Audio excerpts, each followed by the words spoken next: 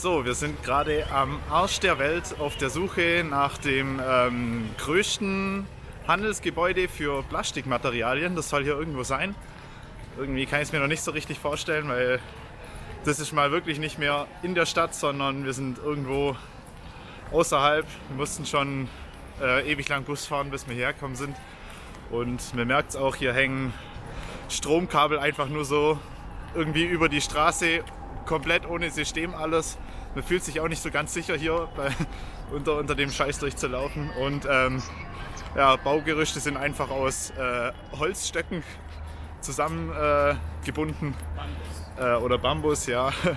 Sehr vertrauenswürdig auf jeden Fall. Und jetzt bin ich mal gespannt, ich weiß auch nicht, warum die hier das weltgrößte Handelszentrum für Plastikmaterialien gebaut haben.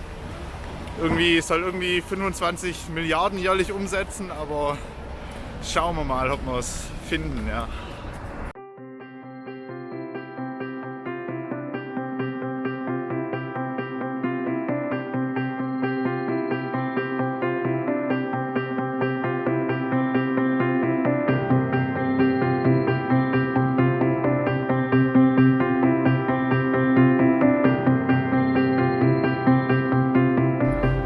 Ja, wir sind angekommen an dem Gebäude und das sieht einfach krass aus. Ja. Es ist wirklich wie eine Münze, also es ist nicht breit und es ist rund und hat ein scheiß Loch in der Mitte und es ist riesig und es sieht genial aus, herrlich. Ja. Und ich habe auch meine Drohne mitgenommen und ich habe gerade eine richtig dumme Idee, weil das so ein Loch hat.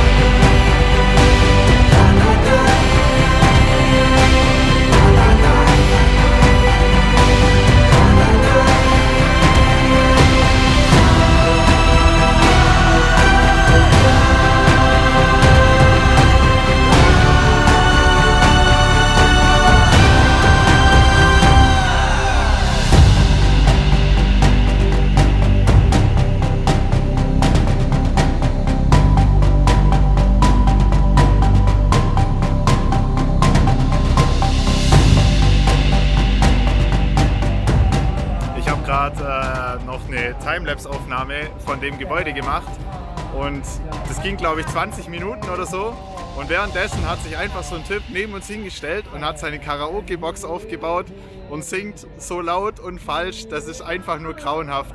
Ich möchte es euch nicht vorenthalten.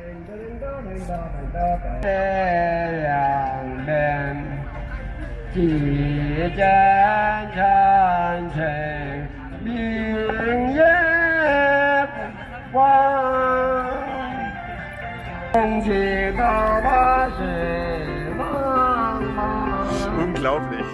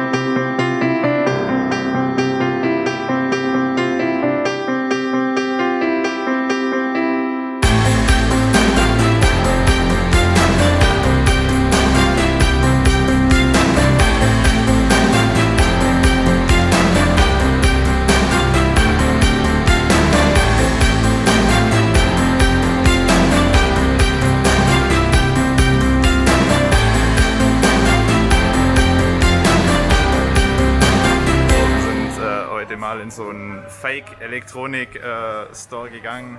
Das ist echt krank. Hier sind lauter kleine so Mini-Stores, die allen möglichen Scheiß verkaufen. Also wirklich alles, was du dir nur vorstellen kannst. Von allen möglichen Handys bis hin zu Geldzählmaschinen. Und in jedem Stand gibt es irgendeinen anderen Krusch. Das ist echt krank, was hier... Wie viele Läden auch hier sind. Das ist unendlich. Wir sind schon, da kann ich stundenlang durchlaufen und von einem Kruschladen zum nächsten. Das ist echt ziemlich witzig. Und klar, als europäisch aussehender Mensch versucht dich ja natürlich jeder über den Tisch zu ziehen. Also einen Preis kannst du immer um zwei Drittel nach unten drücken an den Ständen. Das ist echt richtig verrückt.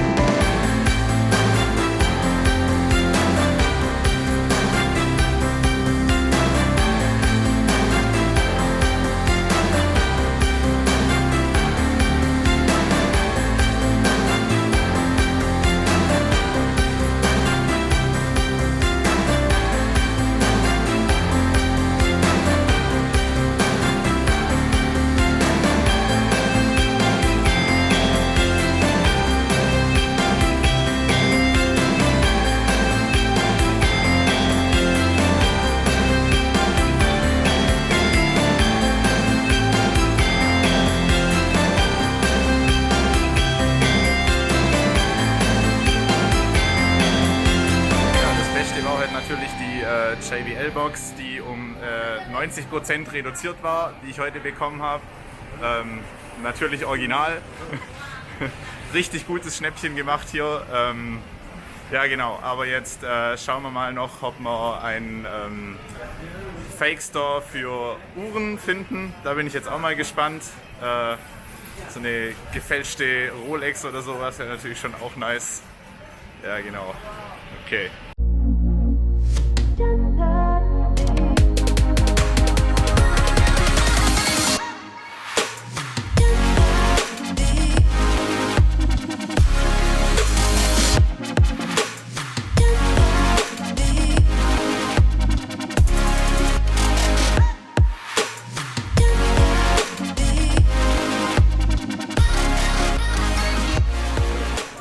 Ja, wir haben jetzt ein bisschen gesucht nach dem Laden, der die ganzen Fake-Uhren hat. Wir haben ganz viele gefunden, die verkaufen nur so Uhrenteile, also so Armbänder, Uhrenwerke. Also hättest dir quasi deine eigene Uhr zusammenbauen können. Aber jetzt sind wir am richtigen Platz. Hier gibt es alles. Diesel, Armani, Rolex. Richtig geil. Richtig schöne Uhren hier.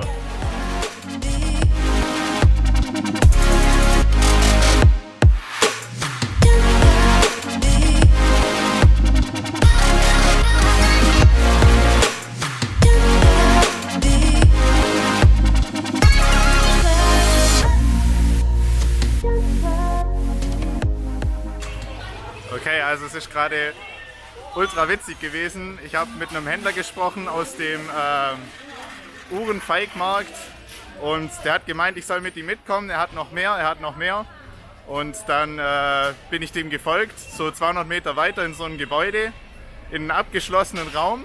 Und dann hat er ohne Scherz in dem Raum das Regal an der Wand aufgemacht, zu so einem versteckten Raum hinter dem Regal. Da waren dann alle Uhren und du konntest dir eine aussuchen und ja, ultra verrückt. Also wirklich, ich habe noch heimlich ein Bild gemacht.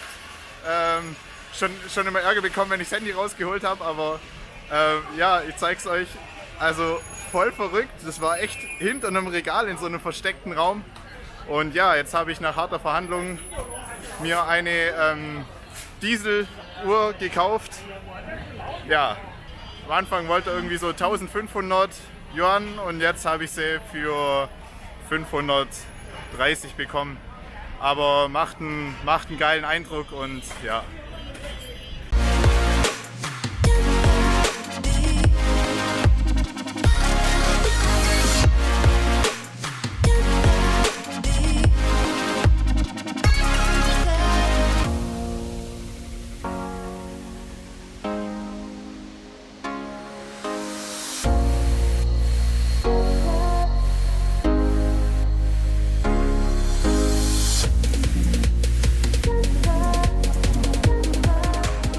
Wir sind jetzt hier noch in einen Laden gegangen, wo man Klamotten billig bekommt und das ist einfach krank. Hier laufen Leute mit so Sackkarren rein und ja, und draußen vor der Tür stapeln sich wirklich bergeweise die Klamotten in irgendwelchen Tüten und hier drin. Das ist einfach krank, was hier an Klamotten rumliegen. Ja, jetzt schauen wir mal, ob wir auch noch was finden zum Anziehen. Es ist wirklich sehr beeindruckend, wie viel scheiß Klamotten wir haben. Alter, ey.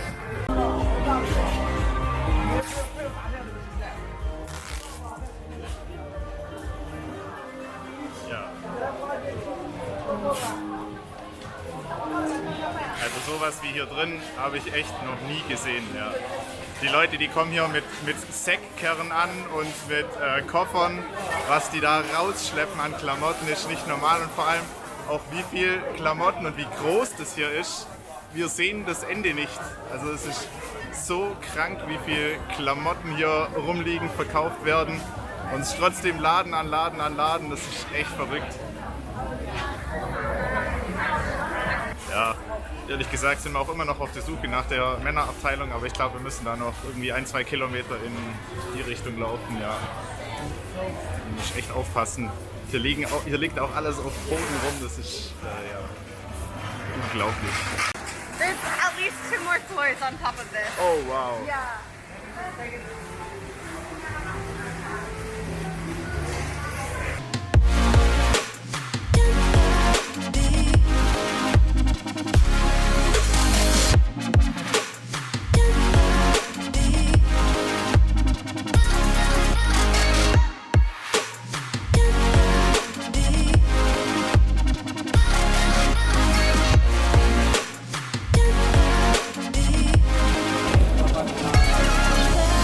So, also die Läden hier, die versuchen primär natürlich die Sachen in großer Stückzahl zu verkaufen, also gar nicht einzelne T-Shirts.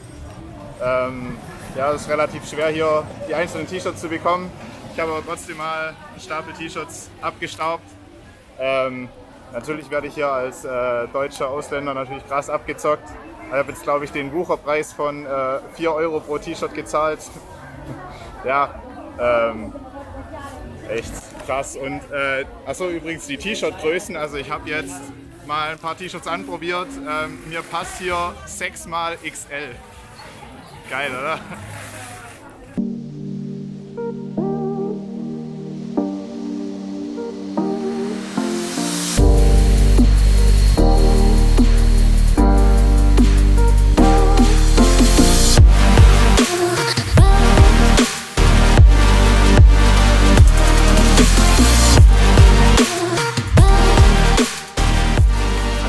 Jetzt auch mal noch so ein kleines Fazit von mir, so nach über 4 Wochen, wo wir jetzt schon hier sind an der Yinan University. Ja, der Tag läuft so ab, wir haben jeden Tag irgendwie so 1 bis 3 Vorlesungen und am Donnerstag ist immer unser freier Tag, da haben wir keine Vorlesungen. Ja, ansonsten, sie haben hier sogar eine Schulklingel, kennt man bei uns noch also ich kenne es noch von früher, von meiner Schule. Und wenn die klingelt, dann sieht man hier, also gerade zur Mittagspause, irgendwie so um 12:10 Uhr Menschenmassen rausströmen Richtung Kantine. Ja, ich wusste nicht, dass so viele Leute gleichzeitig durch eine Tür passen. Richtig witzig. Ja, genau. Ja, zu den Vorlesungen selber, also die Inhalte, wir haben einige Vorlesungen, deren Inhalte wir schon aus den Vorlesungen in Deutschland kennen. Kommt uns eigentlich sehr gelegen, weil dadurch müssen wir das nicht nochmal lernen. Ja, genau. Und ansonsten die Qualität von den Vorlesungen, die finde ich in Deutschland besser. Die Profs hier, die lesen das meistens einfach nur von den Folien ab. Oder ja, von manche Profs, die sprechen auch gar nicht so gut Englisch. Ist jetzt aber nichts Schlimmes, also prinzipiell kommt man gut klar und ja, ich denke, da haben wir keine Probleme. Ja. Prinzipiell ist so, die Note, die setzt sich auch nicht wie in Deutschland zusammen aus 100% Prüfungsleistung, sondern aus 60% Prüfungsleistung und 40% sind in den meisten Fächern einfach irgendwas anderes. Also zum Beispiel Anwesenheit, Hausaufgaben oder Mitarbeit, solche Sachen halt, kennt man auch noch von der Schule früher, aber genau, die zählen hier quasi mit zur Note rein. Genau, und ansonsten, also wir sind hier ja direkt auf dem Campus selber, also das ist so ein in sich geschlossenes Gelände, das heißt, wir sind 10 Minuten Fußweg wieder zurück in unserer Studentenunterkunft. Und so kann man auch schnell mal in der Mittagspause kurz nach Hause pendeln oder entsprechend noch kurz was essen gehen, wieder heim kurz Mittagsschlaf machen und dann direkt in die nächste Vorlesung. Also völlig entspannt eigentlich, kein Stress. Ja.